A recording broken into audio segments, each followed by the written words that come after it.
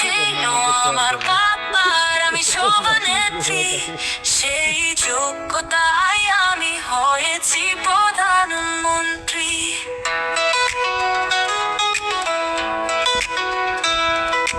ভোটবিহীন নির্বাচনে আমি হয়েছিলাম রানী।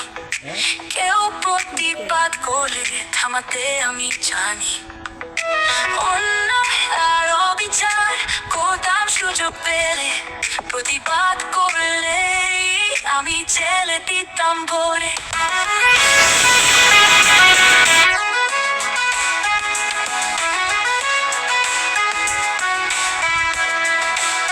গণতান্ত্রিক দেশের নামে চালাতাম স্বৈরাচার, আমার শোষণের হাত থেকে কেউই পেত না পার।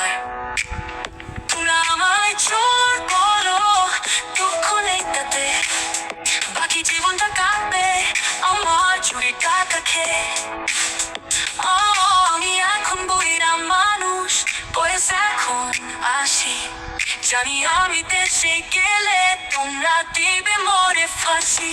আমার তোমরা মাফ করো ও দেশবাসী, আমি যদি দেশে যাই তবে দিও না মরে।